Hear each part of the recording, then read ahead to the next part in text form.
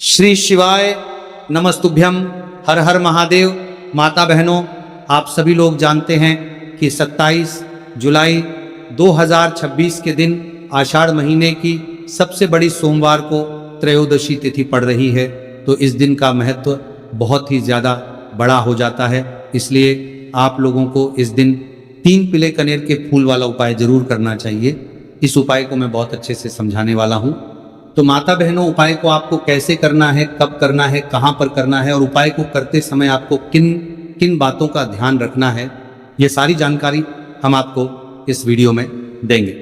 तो चलिए उपाय को शुरू करते हैं।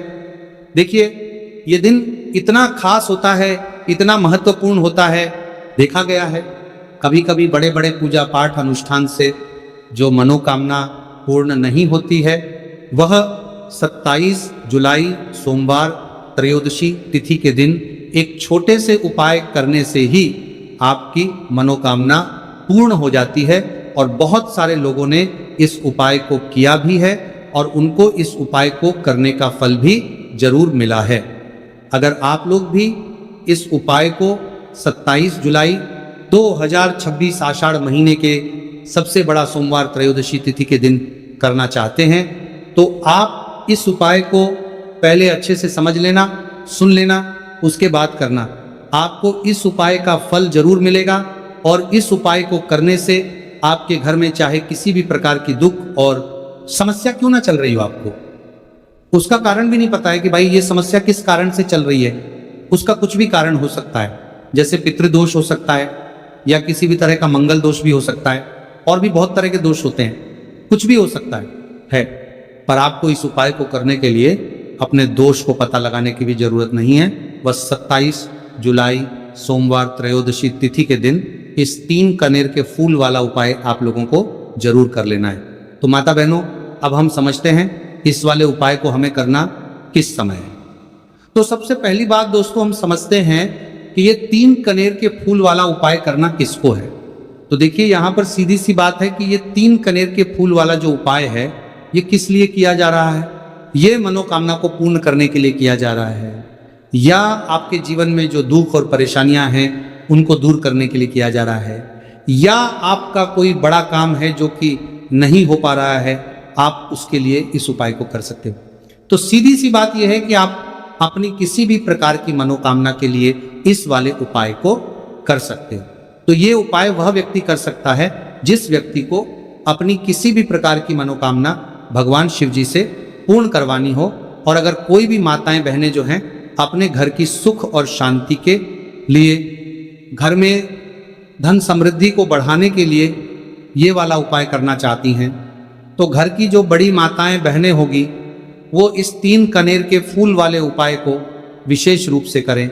क्योंकि माताएं बहनें घर की लक्ष्मी होती हैं, और जब घर की लक्ष्मी कोई विशेष उपाय करती है तो उसका फल बहुत ही जल्दी मिल जाता है और बहुत बड़ा होकर मिलता है। अन्यथा इस उपाय को कोई भी व्यक्ति कर सकता है, चाहे वह बड़ा हो, चाहे वह छोटा हो, चाहे वह बच्चा हो। जिस व्यक्ति को ये 3 कनेर के फूल वाला उपाय समझ आ गया, वो व्यक्ति इस 3 कनेर के फूल वाले उपाय को इस सोमवार त्रयोदशी तिथि के दिन जरूर करें, क्योंकि उसको इस उपाय के फल बहुत ही जल्दी मिल जाएगा। माता बहन, सोमवार के दिन भगवान शिव जी बहुत आसानी से प्रसन्न हो जाते हैं। तो चलिए अब हम समझते हैं कि इस 3 कनेर के फूल वाले उपाय को आपको करना कैसे है, और इस उपाय को करने का जो समय है वो क्या है। तो देखिए, इस सोमवार त्रयोदशी तिथि के दिन किए जाने वाले ये 3 कनेर के फूल वाला जो उपाय है, ये मुख्य रूप से सुबह के समय होगा। किस समय होगा? सुबह के समय होगा। आपको कोशिश यही करनी है कि सुबह के समय हम इस 3 कनेर के फूल वाला उपाय को कर लें। पर किसी कारणवश अगर आप सुबह इस उपाय को ना कर पाओ, आपको कहीं काम से जाना हो या किसी और काम की वजह से आप उपाय को ना कर पाओ, तो आपके पास फिर दूसरा मौका रहेगा जो कि शाम के समय का रहेगा, प्रदोष काल का रहेगा। अब भाई, प्रदोष काल का समय भी एक बहुत ही लोगों के मन में प्रश्न बन जाता है कि भाई ये समय होता कब है, कितने बजे से लेकर कितने बजे ये समय होता है, ताकि हमें उपाय के लिए जो है करने का समय पता लग जाए। तो हम आपको बता दें कि प्रदोष काल का जो एक समय होता है, शाम का समय होता है, शाम के 6:00 बजे से लेकर शाम के 7:00 बजे के बीच का इस समय में आप उपाय को करेंगे तो आपको उस उपाय का ज़रूर फल मिलेगा। तो शाम के 6:00 बजे से लेकर शाम के 7:00 बजे के बीच में आप लोग इस 3 कनेर की फूल वाले उपाय को कर सकते हो। अगर आप लोग 7 या रात 8:00 बजे तक भी उपाय को करोगे तो भी चल जाएगा, और इससे भी थोड़ा देर हो जाती तो भी आप उपाय को कर सकते हो, क्योंकि 20 जुलाई 2026 सोमवार त्रयोदशी तिथि का बहुत शुभ दिन माना गया है, और यह दिन बहुत ही कम आता है पूरे साल भर में। इसीलिए जब आपको मौका मिल जाए, जब आप इस उपाय को ज़रूर कर लेना। कोई भी उपाय हो आप कभी भी कर सकते हो। सोमवार त्रयोदशी तिथि के दिन बस कोशिश करना कि समय के थोड़ा मतलब अंतर्गत ही कर लो, पर किसी कारणवश अगर ना कर पाओ तो फिर आप थोड़ा देरी से भी कर सकते हो, आपको उपाय का फल ज़रूर मिलेगा। तो माता बहनों, सोमवार त्रयोदशी तिथि के दिन जो व्यक्ति इस 3 कनेर के फूल वाला उपाय को शिवलिंग के ऊपर कर लेता है तो उसके जीवन में चल रही तमाम परेशानियों का अंत होता है, और उसकी समस्त मनोकामनाएं महादेव की कृपा से बहुत ही जल्द परिपूर्ण होती हैं। तो चलिए जानते हैं बहुत ही खास उपाय के बारे में, लेकिन उससे पहले एक प्रार्थना है। अगर आप चैनल पर नए हैं तो कृपया चैनल को सब्सक्राइब अवश्य कर लें, और कमेंट बॉक्स में श्री शिवाय नमस्तुभ्यम हर हर महादेव जरूर टाइप कर देना। तो देखिए, ये सोमवार त्रयोदशी तिथि हमारे लिए बहुत ही खास है, तो इस दिन कुछ बहुत ही खास उपाय आपको जरूर करना चाहिए। यह उपाय आपके जीवन में सुख समृद्धि की वृद्धि करते हैं। माता लक्ष्मी की कृपा आपके जीवन में होती है। आपका चाहे जितना भी दुर्भाग्य चल रहा हो, मैं कहता हूं कि अगर आप इस सोमवार त्रयोदशी तिथि के दिन 3 कनेर के फूल वाला उपाय कर लेते हैं तो आपका सारा दुर्भाग्य महादेव की कृपा से बहुत ही जल्द सौभाग्य में बदल जाएगा है। तो चलिए जानते हैं गुरुजी द्वारा बताए गए सबसे पहले उपाय के बारे में। देखिए, इस उपाय के लिए आपको सिर्फ 1 लोटा जल ले लेना है और 3 कनेर के फूल ले लेने हैं। सोमवार त्रयोदशी तिथि के दिन किए जाने वाला यह सबसे अचूक और सबसे खास उपाय है, इसीलिए आपको 3 कनेर के फूल कहीं से भी ले लेने हैं। 3 कनेर के फूल आप चाहे तो फूलों की दुकान से ले लें, या फिर आपको नहीं मिल पाते हैं तो शिवलिंग के ऊपर जो कनेर के फूल चढ़े हैं उनको उठाकर जल से शुद्ध करके फिर आप उसका भी इस्तेमाल कर सकते हैं। देखिए, आप जो जल लेंगे वो आपको तांबे के पात्र में लेना है और अपने किचन से लेना है। अब सिर्फ ये 2 सामग्री लेकर आपको शिवालय पहुंच जाना है। माता बहनों, इस उपाय को आप सुबह करना चाहे तो सुबह कर ले, और शाम को करना चाहे तो शाम को कर ले। पूरे दिन में किसी भी समय आप इस उपाय को कर सकते हैं। अब देखिए, शिवालय पहुंचने के बाद सबसे पहले आपको एक काम करना है कि आप दक्षिण दिशा में बैठ जाइए और उत्तर दिशा की तरफ अपना फेस कर लीजिए। अब आप जो 3 कनेर के फूल लेकर आए हैं, इनमें से आपको एक एक कनेर का फूल शिवलिंग में जो महादेव का परिवार होता है उसमें समर्पित करते जाना है। देखिए, पहले फूल आपको शिवलिंग में जो दाहिने साइड वाला कोण होता है, जिसे श्री गणेश जी का स्थान कहते हैं, वहां पर ये पहला कनेर का फूल समर्पित कर देना है और श्री शिवाय नमस्तुभ्यम मंत्र का स्मरण कर लेना है। और फिर दूसरा कनेर का फूल आपको श्री कार्तिक जी वाले स्थान में समर्पित कर देना है और श्री शिवाय नमस्तुभ्यम मंत्र का स्मरण कर लेना है। फिर तीसरा कनेर का फूल आपको माता अशोक सुंदरी वाले स्थान में समर्पित कर देना है और श्री शिवाय नमस्तुभ्यम मंत्र का स्मरण करना है। देखिए, जलधारी के बीच वाला जो स्थान होता है वह माता अशोक सुंदर का स्थान कहलाती है, और यहीं पे आपको तीसरा कनेर का फूल समर्पित कर देना है। इसके बाद इस शिवलिंग से 2 फूल आपको और लेना है, क्योंकि हमारे पास मात्र 3 ही फूल थे ना, तो ले लिया। फिर चौथा कनेर का फूल आपको माता पार्वती के हस्त कमल में समर्पित कर देना है। देखिए, शिवपिंडी जिस स्थान पर रखी रहती है, यानी शिवलिंग जिस स्थान पर जुड़ा रहता है, उस पूरे गोल गोल वाले स्थान को माता पार्वती का हस्त कमल कहते हैं। और चौथा कनेर का फूल आपको यहीं पर समर्पित करना है और श्री शिवाय नमस्तुभ्यम मंत्र का स्मरण कर लेना है। इसके बाद आपको 5वां कनेर का फूल शिवलिंग के ऊपर समर्पित कर देना है और महादेव से अपनी मनोकामना बोल देनी है। देखिए, ये उपाय उन लोगों को करना है जिनकी कोई विशेष मनोकामना है जो अभी तक परिपूर्ण ही नहीं हो पा रही है। बहुत सारे उपाय कर चुके हैं, बहुत सारे टोटके कर चुके हैं। तो मैं कह रहा हूं कि ऐसे लोगों को ये विशेष उपाय सोमवार त्रयोदशी तिथि के दिन जरूर करना चाहिए।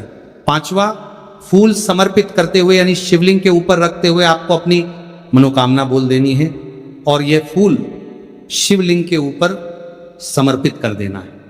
अगर आप शिव परिवार के बारे में नहीं जानते हैं तो सामने स्क्रीन पर आपको एक पिक्चर दिखाई जा रही है। इसमें पूरा शिव परिवार दिखाया जा रहा है कि कहाँ गणेश जी का स्थान होता है, कहाँ कार्तिकेय जी का स्थान होता है या फिर कहाँ माता अशोक सुंदरी का स्थान होता है। सारे स्थान आपको दिखाई जा रहे हैं। इनमें से जो भी स्थान में अभी आपको फूल समर्पित करते हुए दिखाया गया है उसी स्थान पर आप फूल समर्पित कर दीजिएगा।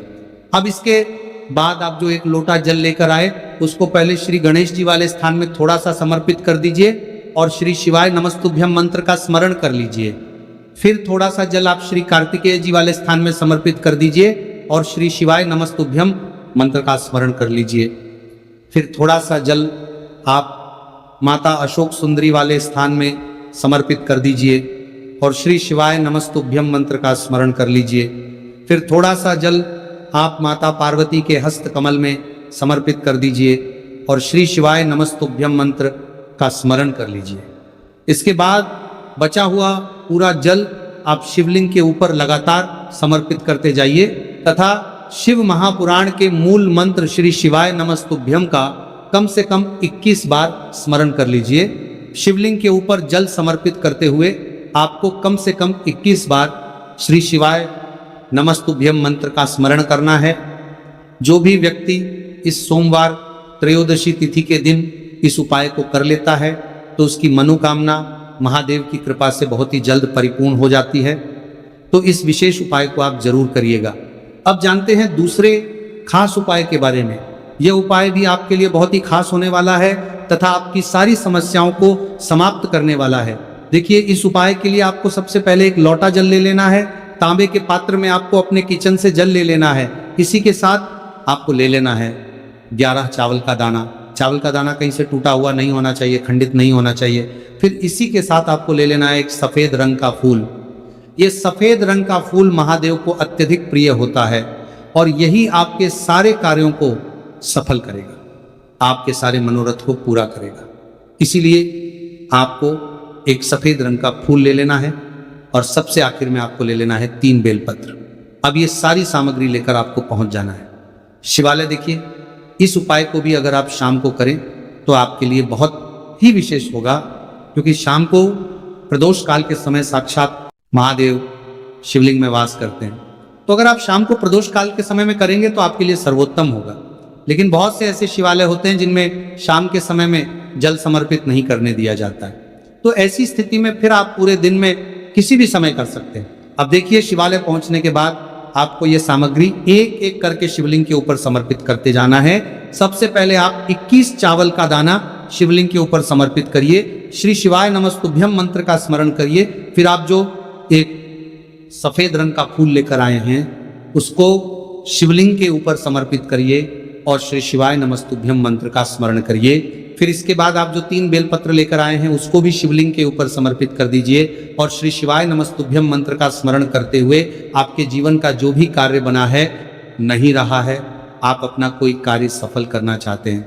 मान लीजिए आप नौकरी के लिए बहुत सालों से प्रयास कर रहे हैं लेकिन आपकी नौकरी नहीं लग पा रही है, या फिर आप अपने व्यापार को बढ़ाने के लिए बहुत प्रयास करते हैं, बहुत मेहनत करते हैं, लेकिन आपके व्यापार में लगातार घाटा हो रहा है, या फिर आप अपना मकान लेना चाहते हैं, जमीन लेना चाहते हैं, या फिर अपना कोई भी कार्य आप सफल करना चाहते हैं और उस कार्य में आपको सफलता नहीं मिल पा रही है, तो गुरुजी ने कहा कि आपको उस कार्य की सफलता के लिए महादेव से प्रार्थना कर लेनी है। और फिर उसके बाद सबसे आखिर में आप जो ये लोटा जल लेकर आए हैं इसको धीरे धीरे शिवलिंग के ऊपर समर्पित करते जाइए तथा लगातार शिव महापुराण के मूल मंत्र श्री शिवाय नमस्तुभ्यम का स्मरण करते जाइए। यह उपाय आपके जीवन में सोई हुई किस्मत को चमका देता है, आपके सारे दुर्भाग्य को समाप्त कर देता है। तो चलिए अब जानते हैं तीसरे खास उपाय के बारे में। यह उपाय आपके जीवन में धन धान्य की वृद्धि करने के लिए है। इस उपाय के लिए आपको सिर्फ एक दीपक ले लेना है। दीपक आप चाहे तो मिट्टी का ले लें या फिर आप अपने घर पर शुद्ध आटा मारकर उसका भी दीपक तैयार कर सकते हैं। बस दीपक में आपको शुद्ध देसी घी का प्रयोग करना है और साथ साथ लंबी रुई की बत्ती का प्रयोग करना है।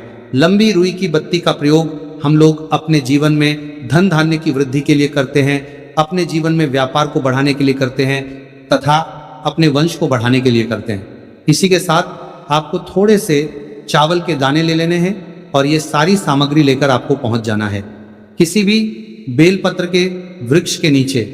आप देखिए, बेलपत्र के वृक्ष के नीचे पहुंचकर आपको सबसे पहले ये चावल के दाने वहीं पर थोड़े से डाल देने हैं और फिर इन्हीं चावल के दोनों के ऊपर आपको ये दीपक रख लेना है और इस दीपक की बत्ती का मुख आपको उत्तर दिशा की तरफ रखते हुए इस दीपक को आप प्रज्वलित कर लेंगे।